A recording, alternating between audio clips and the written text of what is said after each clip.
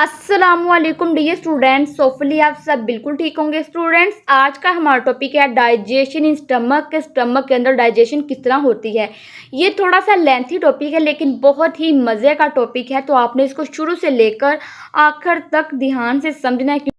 सबसे पहले हमारे पास है स्टमक का इंट्रोडक्शन कि स्टमक क्या होता है। तो इसका सबसे पहला पॉइंट ये है कि the stomach is an elastic muscular bag, यानी कि जो स्टमक है ये मसल से बना हुआ एक बैग होता है।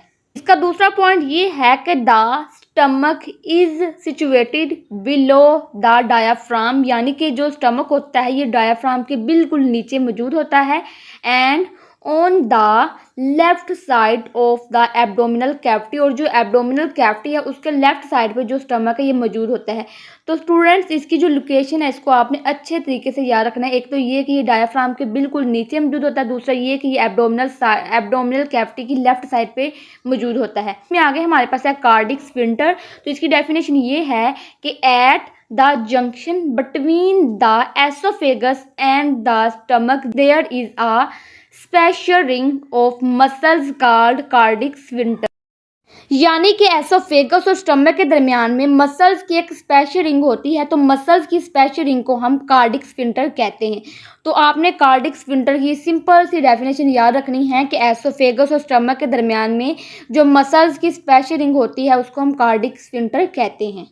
आगे हमारे पास है कार्डिक स्फिंक्टर का फंक्शन, कि इनका क्या काम होता है। तो इनका सबसे पहला फंक्शन ये है कि when the sphincter muscles contract, तो जब स्फिंक्टर मसल्स कॉन्ट्रैक्ट होते हैं तो फिर क्या होता है कि the entrance to the stomach closes, तो फिर क्या होता है कि स्टमक की वो ओपनिंग जहाँ से फूड ने एंटर होना होता है वो क्लोज हो जाती है। इसका क्या फ़ायदा होता है कि दस prevents the contents of the stomach from moving back into the oesophagus. तो जब स्टमक की ओपनिंग जो है क्लोज हो जाती है तो इसका ये फ़ायदा होता है कि जो फूड होती है, जो कंटेंट होता है स्टमक के अंदर, वो दोबारा से एसोफेगस के अंदर नहीं आता है। थर्ड फंक्शन ये है कि it opens when wave of peristalsis coming down the oesophagus reaches it. तो जब पेरिस्टालसिस की जो वेव है वो एसोफेगस के एंड तक पहुंच जाती है तब ये ओपन हो जाते हैं। तो स्टूडेंट्स, आपने इनके फंक्शन में सिर्फ यही चीज़ें याद रखनी है कि जो कार्डिक स्फिंक्टर हैं जब ये कॉन्ट्रैक्ट होते हैं तो जो स्टमक की ओपनिंग है वो क्लोज हो जाती है। इससे ये फ़ायदा होता है कि स्टमक के अंदर जो भी कंटेंट होता है वो एसोफेगस के अंदर दोबारा से नहीं आता है। आगे हमारे पास है फंक्शन ऑफ स्टमक। इसका पहला फंक्शन ये है कि इट स्टोर्स द फूड, तो जो स्टमक होता है ये फूड को स्टोर करता है। इसका दूसरा फंक्शन ये है कि मेक्स द फीडिंग डिसकंटिन्यूस, और जो फीडिंग का प्रोसेस होता है वो डिसकंटिन्यूस होता है। इसका मतलब ये है कि जो हमारा स्टमक होता है, हम दिन में 2 दफ़ा 3 दफ़ा जो फूड खाते हैं, ये स्टमक क्या करता है कि उस फूड को स्टोर कर लेता है और कुछ टाइम के बाद उस फूड को ब्लड के अंदर जो है वो सेंड करता रहता है। इसका ये फ़ायदा होता है कि हमें बार बार जो फूड है वो खानी नहीं पड़ती, इसलिए हम कहते हैं कि जो फीडिंग का प्रोसेस है वो डिसकंटिन्यूस होता है। इसका थर्ड फंक्शन ये है कि it also partly digest the food, तो ये फूड को डाइजेस्ट भी करता है। तो आपने यहाँ पे एमसीक्यूज के तौर पर एक चीज़ याद रखनी है कि ये सिर्फ प्रोटीन पार्ट को ही डाइजेस्ट करता है। तो ये हमारे पास 3 फंक्शन थे स्टमक के। एक तो ये कि ये फूड को स्टोर करता है, दूसरा ये कि ये फीडिंग के प्रोसेस को डिसकंटिन्यूस बनाता है, तीसरा ये कि ये फूड को डाइजेस्ट भी करता है। तो स्टूडेंट्स, ये बहुत ही वीआईपी शॉर्ट क्वेश्चन है, आपसे पूछा जाता है कि right the function of stomach, तो आपने इसी तरह लिखना होता है। आगे हमारे पास है स्ट्रक्चर ऑफ स्टमक। तो ये भी आपको सेपरेट से लॉन्ग क्वेश्चन बन के आ सकता है, तो आपने इसको ध्यान से समझना है। इसमें सबसे पहले हमारे पास ये है कि the wall of stomach is composed of 3 principal layers, के जो स्टमक की दीवारें होती हैं वो 3 प्रिंसिपल लेयर्स से मिलकर बनी होती हैं।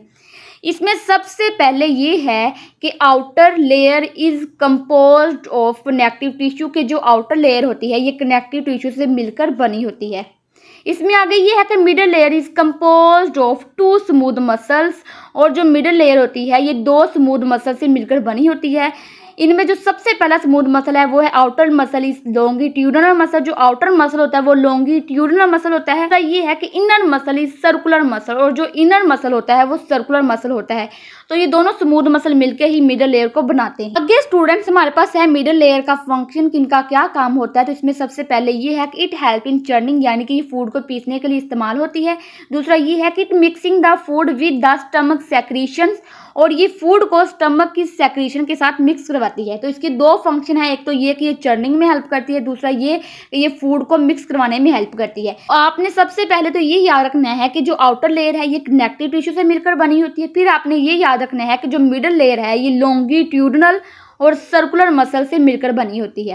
फिर आपने ये याद रखना है कि जो मिडल लेयर है इसका क्या फंक्शन होता है। आगे हमारे पास ये है कि inner layer is composed of connective tissues with many glands, और जो इनर लेयर है ये कनेक्टिव टिश्यू बहुत से ग्लैंड से मिलकर बनी होती है। इसमें आगे ये है कि it possesses of numerous tubular glands, और इसके अंदर बहुत से ट्यूबुलर ग्लैंड्स होते हैं। And these gland known as gastric glands, और इन ट्यूबुलर ग्लैंड्स को हम गैस्ट्रिक ग्लैंड्स कहते हैं।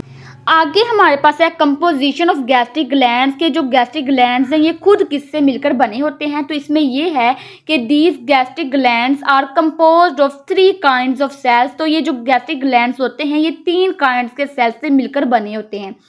सबसे पहला सेल हमारे पास है म्यूकस सेल। इसका सबसे बड़ा फंक्शन ये होता है कि दैट सेक्रेट म्यूकस, यानी कि जो ये म्यूकस सेल है ये म्यूकस को सेक्रेट करते हैं। इसमें दूसरा ये है कि पेरिटल और ऑक्सीनेटिक सेल्स सेक्रीट हाइड्रोक्लोरिक एसिड। तो इसमें जो दूसरा सेल है जिसको हम पेरिटल कहते हैं ये हाइड्रोक्लोरिक एसिड को सेक्रीट करते हैं।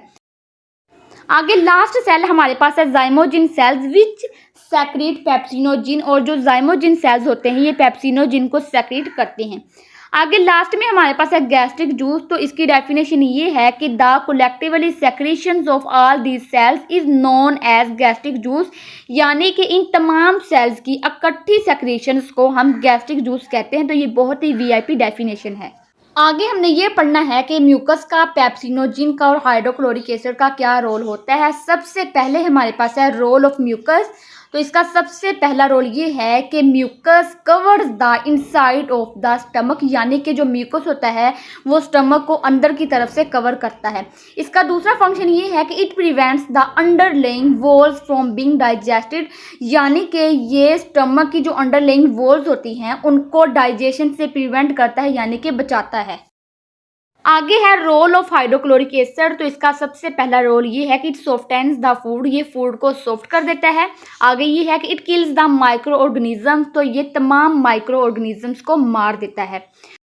आगे इसका तीसरा फंक्शन ये है कि it also maintain the pH of stomach, तो ये स्टमक की पीएच को भी मेंटेन करता है, और स्टमक की जो पीएच है वो 2 से लेकर 3 तक होती है। लास्ट में हमारे पास है रोल ऑफ पेप्सिनोजिन। तो पेप्सिनोजिन का सबसे पहला पॉइंट ये है कि pepsinogen is activated into pepsin, के जो पेप्सिनोजिन है उसको सबसे पहले पेप्सिन के अंदर एक्टिवेट किया जाता है। पेप्सिन का सबसे बड़ा फंक्शन ये है कि pepsin hydrolyse protein into peptone and polypeptide, यानी कि जो पेप्सिन होता है वो प्रोटीन को पेप्टोन में और पॉलीपेप्टाइड के अंदर हाइड्रोलाइज करता है, यानी कि तोड़ता है।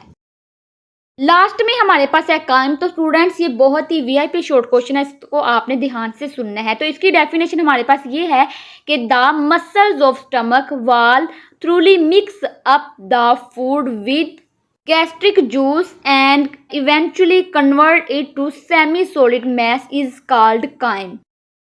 तो क्या होता है कि स्टमक वाल के जो मसल्स होते हैं वो फूड को गैस्ट्रिक जूस के साथ मिक्स करवा देती हैं या फिर उसको सेमी सॉलिड मैस के अंदर कन्वर्ट कर देते हैं। तो इस सेमी सॉलिड मैस को हम काइम कहते हैं। लास्ट में हमारे पास है पाइलोरिक स्फिंक्टर। तो इसमें ये है कि the special ring between stomach and duodenum. तो स्टूडेंट्स स्टमक और ड्यूडेनम के दरमियान में जो मसल्स की स्पेशल रिंग होती है उसको हम पाइलोरिक स्फिंक्टर कहते हैं। तो ये हमारे पास सिंपल सा टॉपिक था डाइजेशन इन स्टमक। तो आपको जिस तरह मैंने करवाया है आपने इसको इसी तरह करना है। अगर आपको ये एज अ लॉन्ग क्वेश्चन आ जाए तो आपने इसको शुरू से लेकर लास्ट तक इसी तरह ही लिखना। इस टॉपिक को याद करने का आसान तरीका ये है कि आपने इस लेक्चर के 2 पार्ट्स बना लेने हैं। पहले आपने पार्ट 1 को अच्छे तरीके से याद करके ही आपने पार्ट 2 को अच्छे तरीके से याद करना है। ओके जी, अल्लाह हाफिज़।